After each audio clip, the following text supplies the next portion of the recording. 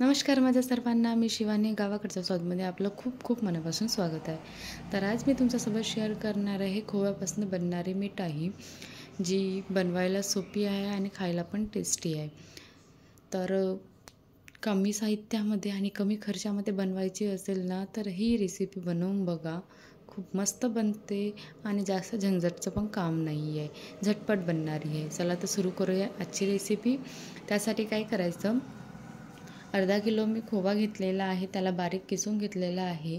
नंतर एका कढाईमध्ये 2 टेबलस्पून मी तूप टाकलेलं आहे. ते गरम झालं की त्यामध्ये खोवा टाकायचा आणि शिजवून घ्यायचा म्हणजे 3-4 मिनटं शिजवून घ्यायचं, परतून घ्यायचं आणि कंटिन्यू त्याला चम्मचनी चालवत राहायचं, हलवत राहायचं. आणि मेन म्हणजे तर कमी आचेवर शिजवायचं, म्हणजे लो फ्लेमवर शिजवायचं, कारण की खोवा पण जळते खालनं. बुडायला लागला की ते कडसटपणा येऊन जाईल त्याची, तर म्हणून काय करायचं, परतत राहायचं त्याला. आणि त्यामध्ये मी 1/3 कप साखर घातली आहे. तुम्हाला कमी गोड आवडत असेल तर कमी साखर करू शकता तुम्ही, 2 ते 3 चम्मचच टाकू शकता. तर मी 1/3 कप साखर घातली आहे. नंतर त्यामध्ये अर्धा कपच्या जवळपास मी डेसिकेटेड कोकोनट घातलेला आहे. त्याला पण छानपैकी मिक्स करून घ्यायचं आणि शिजवून घ्यायचं. आणि बाइंडिंगसाठी थोडं म्हणजे बरोबर बाइंडिंग करता येईल त्यासाठी मी 1/4 कप मिल्क पावडर टाकलेलं आहे, ऑप्शनल आहे. आणि शायनिंगसाठी 1 टेबलस्पून आणखी घी टाकलेलं आहे. त्याला पण 2-3 मिनटं मी चांगलं परतून घेतलेलं आहे. ऑलमोस्ट झालेलं आहे. मिश्रण असं तयार करून घ्यायचं आहे आणि गॅस बंद करून घ्यायचे. नंतर मिश्रण थंड होण्यासाठी एका भांड्यामध्ये किंवा ताटामध्ये टाकायचं आणि त्याला असं स्प्रेड करून घ्यायचं. थोडंसं फॅनचा खाली थंड होऊ द्यायचं.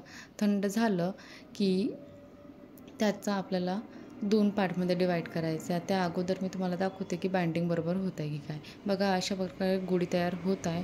नंतर 2 पार्टमध्ये डिवाईड करायचं आहे. तर मी एक पार्ट एका प्लेटमध्ये काढून ठेवलेला आहे. नंतर यामध्ये फूड कलर टाकलेला आहे. दुधासोबत मिक्स करून टाकलं तर कसं थोडं लूज होईल, म्हणून मी असं कोरडंच टाकलेलं आहे फूड कलर. आणि अशा प्रकारे मिक्स करून घ्यायचं. नंतर काय करायचं, ज्याही भांड्यामध्ये आपल्याला सेट करायचं आहे त्या भांड्याला तूप लावून घ्यायचं. तूप लावून पूर्ण स्प्रेड करून घेतलं की जो एक पार्ट आहे, म्हणजे एक मिश्रण आहे, त्याला अशा प्रकारे स्प्रेड करून टाकायचं पूर्ण. आणि स्प्रेड करून झालं की बघा, हा जो दुसरा आहे ना कलरवाला, तुम्ही कलर कोणताही यूज करू शकता. तुम्हाला हिरवा, लाल, गुलाबी, जो कोणता कलर आवडत असेल तो टाकू शकता. मी येल्लो लेमन कलर टाकलेला आहे. तर तो पण अशा प्रकारे स्प्रेड करून घ्यायचा. आणि स्प्रेड करून झाल्यानंतर 15-20 मिनटं फ्रीजमध्ये ठेवून द्यायचं. थंड पण होईल आणि सेट पण होईल बरोबर. सेट होण्यासाठीच ठेवणं पडते, थंड तर ऑलमोस्ट झालेच आहे. सेट होण्यासाठी, सेट झाल्यानंतर त्यामध्ये तुम्ही ड्रायफ्रूट्सनी गार्निशिंग करू शकता किंवा सिल्वर वर्कनी पण करू शकता. तुम्हाला ज्याच्याने पण तुम्हाला गार्निश करायचं असेल त्याच्याने करू शकता. नंतर काय करायचं, त्याचे ज्या आकारामध्ये पीस तुम्हाला हवे तशा प्रकारे कट करून घ्यायचं. मी चौकोन शेपमध्येच कट केलेलं आहे, स्क्वेअर शेपमध्ये. खूप मस्त बनते ही मिठाई. आणि मुलांना पण आवडेल, मोठ्यांना पण आवडेल. किंवा आपल्याला एका सणातिवाराला बनवायचं असेल त्याच्यामध्ये पण बनवू शकतो. कोणाला द्यायची असेल त्याच्यामध्ये पण बनवू शकतो. आणि देवाच्या प्रसादासाठी पण बनवू शकतो. खूप मस्त बनते आणि जास्त वेळ पण नाही लागत. बघा ऑलमोस्ट तयार झालेलीच आहे. खूप मस्त बनलेली आहे. जशी दुकानामध्ये मिळते ना तशीच बनलेली आहे. खूप छान.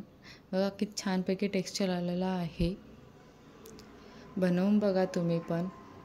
आणि माझा रेसिपी तुम्हाला आवडत असेल तर माझ्या चॅनलला सबस्क्राईब करा आणि कमेंट करा, शेअर करा, लाईक करा आणि बनवून बघा. कशी वाटली रेसिपी तुम्हाला आजची कमेंटमध्ये सांगा आणि माझ्या चॅनलला सबस्क्राईब करा. Thank you so much.